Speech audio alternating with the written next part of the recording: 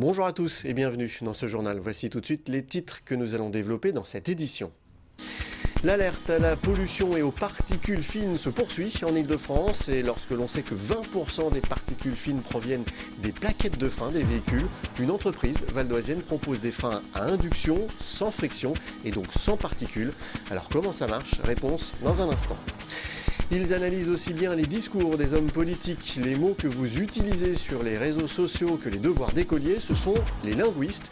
Un colloque se tenait à Cergy, reportage en fin de journal. Avec la pollution qui s'installe en Ile-de-France depuis plusieurs jours, les particules fines viennent saturer l'air. Elles seraient la cause de 48 000 décès en France, dont plus de 30 000 seraient évitables. Si les moteurs polluent de moins en moins, les plaquettes de frein représentent 20% des émissions de particules fines lors des freinages. À Saint-Ouen-l'Aumône, l'entreprise Telma propose une solution de frein sans friction. Reportage. La pollution s'installe depuis plusieurs jours en Ile-de-France. Une alerte aux particules fines qui devient un véritable enjeu de santé. Et on le sait peut-être moins, mais il n'y a pas que les moteurs qui émettent des particules, les plaquettes de frein aussi.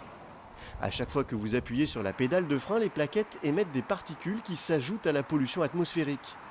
Des plaquettes de frein qui représenteraient 20 à 25% des émissions de particules.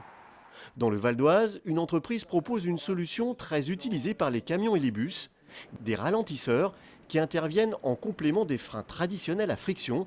Ce sont des freins à induction très puissants qui fonctionnent comme le principe des aimants. C'est basé sur la génération de champs électromagnétiques qui vont naturellement, sans friction, sans frottement, par l'intervention de courants de Foucault, générer un coup de freinage qui va ralentir le véhicule.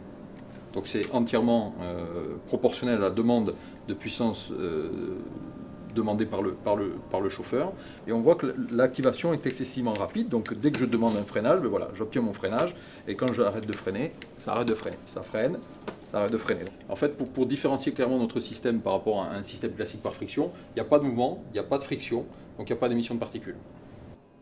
Et pour un camion de ramassage de déchets qui s'arrête fréquemment, l'utilisation d'un ralentisseur lui permet de réduire la quantité de particules par 10. En 3 ans, pour un véhicule de collecte de déchets, celui qui est présenté ici, 82 kg de particules émises qui se transforment en 8 kg seulement pour le véhicule équipé de Telma. Si le principe est écologique, il est aussi économique. Avec ce système de freinage à induction et sans frottement, la durée de vie des plaquettes de frein est multipliée par 10 et les coûts de maintenance extrêmement limités.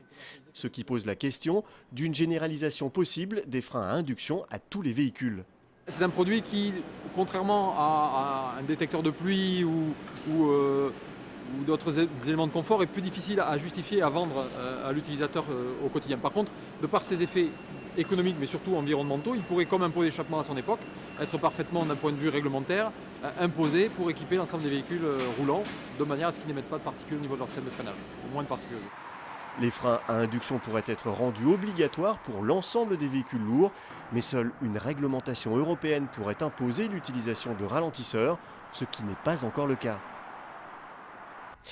Et en Ile-de-France, le pic de pollution ne devrait pas faiblir ce jeudi. Conséquence, la circulation alternée mise en place à Paris et dans 22 communes de sa petite couronne est maintenue pour la 3e journée consécutive. Pourront donc circuler ce mercredi les véhicules, y compris les 2 roues, dont le dernier chiffre de la plaque d'immatriculation est pair. La circulation sera également réduite de 20 km/h sur les grands axes de la région et les transports en commun d'Île-de-France seront gratuits. En bref, la ville de Mériel, la société des amis du musée Jean Gabin et l'entreprise Armor-Lux ont décidé de s'associer au projet de restauration du film La Belle Marinière, un long métrage de 1932 à l'affiche duquel les spectateurs ont pu découvrir l'acteur Jean Gabin qui a vécu une partie de sa vie dans le Val d'Oise. Le projet a été rendu possible par la découverte d'une copie 35 mm du film aux États-Unis par hasard. Une campagne de financement participatif a été lancée pour restaurer le film. Au-delà d'un soutien financier, le collectif s'engage à organiser la première projection publique du film depuis 1932, son année de sortie.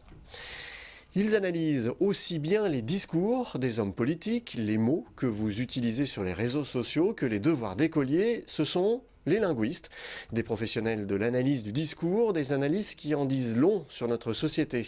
Ces enseignants-chercheurs étaient réunis en colloque à la Maison internationale de la recherche de Cergy. Olivier Zanetta les a rencontrés. Ils se retrouvent aujourd'hui à Cergy pour parler analyse de discours. Ce sont des linguistes. On les voit rarement dans les médias, qui leur préfèrent souvent les sociologues, et pourtant, ces enseignants-chercheurs scrutent la société à travers les mots que nous employons. Je travaille sur une problématique et l'expression de la subjectivité dans la langue. Et ce qui m'intéresse, c'est de regarder l'expression de cette subjectivité dans les textes politiques, dans des textes religieux, dans des textes médiatiques, dans des textes didactiques, bref, des textes littéraires aussi.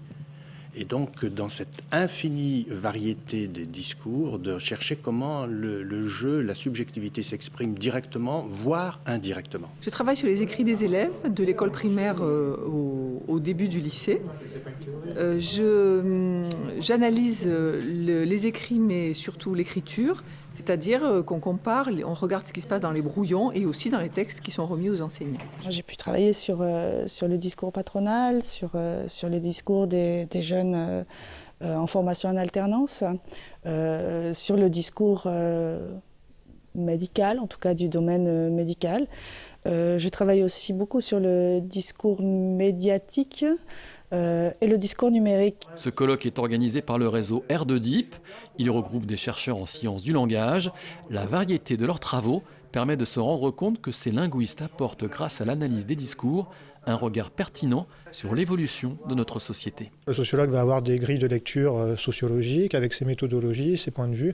Il ne va pas s'intéresser à la manière dont les discours construisent le monde, transforment le monde, affectent les citoyens par exemple. Donc ces différents regards sont complémentaires. Ce troisième colloque du réseau de recherche sur les discours a réuni des enseignants-chercheurs venus des 4 coins de la France. Pour sa prochaine édition, le colloque pourrait prendre une dimension internationale. Voilà, ce journal est terminé. Je vous en rappelle le principal titre. L'alerte à la pollution et aux particules fines se poursuit en Ile-de-France. Et lorsque l'on sait que 20% des particules fines proviennent des plaquettes de frein des véhicules, une entreprise valdoisienne propose des freins à induction, sans friction et donc sans particules. L'entreprise s'appelle Telma et se trouve à Saint-Ouen-l'Aumône. Merci d'avoir suivi ce journal. N'oubliez pas que l'info continue sur notre site veonews.fr. À demain.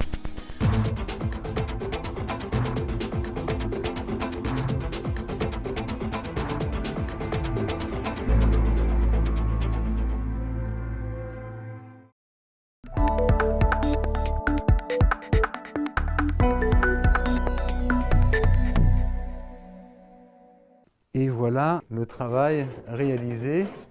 487 pièces de verre taillées à la main, une centaine d'heures de travail. C'est avec cette œuvre imposée que Dominique Legris, maître verrier depuis 30 ans, a décroché le titre de meilleur ouvrier de France, appelé aussi MOF. Il faut savoir qu'il y a quand même 5000 inscrits et 225 MOF, tous métiers confondus. Donc c'est à peine 10% des gens qui se présentent, qui s'inscrivent. Donc c'est quand même de très haut niveau quand même, c'est clair.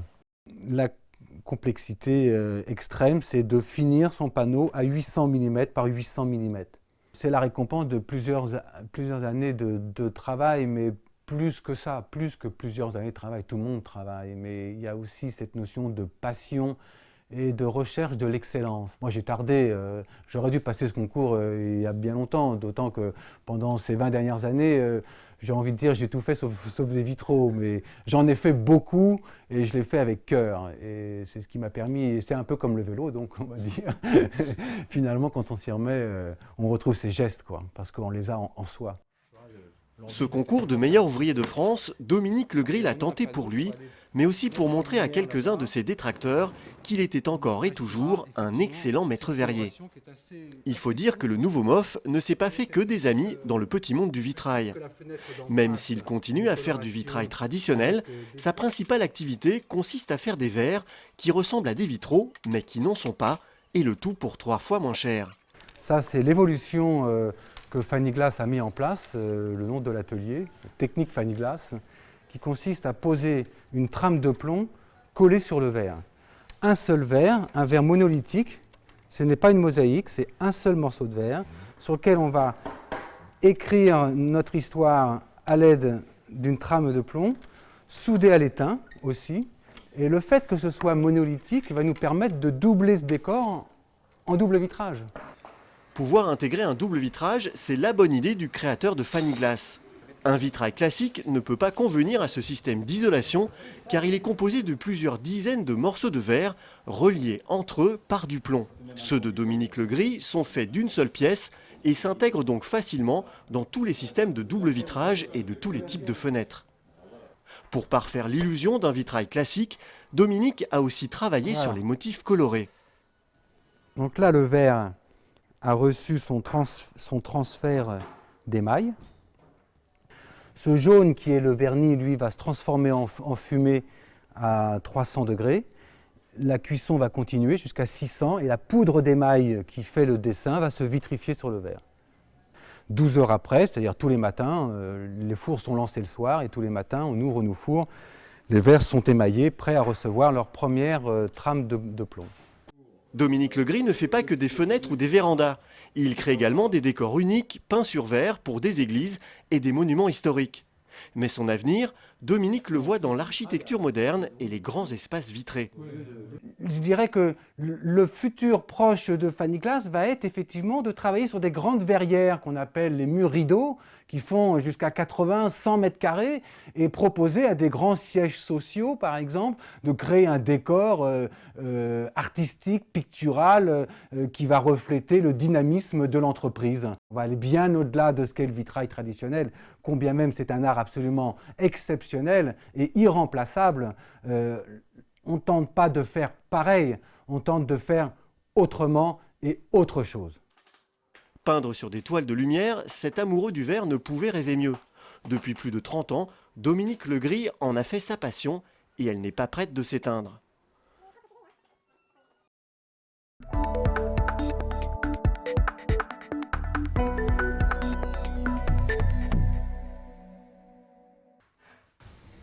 Non, là, ça me sert bien. Ultime réglage pour cette future robe de mariée, c'est l'une des créations d'Élodie Courtat. Avec son entreprise Au fil de l'eau, elle offre une alternative à celles qui veulent une robe de mariage unique sans forcément se ruiner. Des modèles à mi-chemin entre le prêt-à-porter et la haute couture. Les mariés dans la réalisation sur mesure viennent chercher en premier lieu un conseil qu'ils ne trouvent pas forcément en boutique et surtout la personnalisation de leur robe qui ne se fait pas en boutique dans le prêt-à-porter. On vend les modèles tels qu'ils sont et on n'ajuste pas, on n'adapte pas. Passionnée par la couture, Élodie va s'inspirer de son histoire personnelle pour créer son entreprise. Ne trouvant pas la robe de ses rêves pour son mariage, elle va la créer.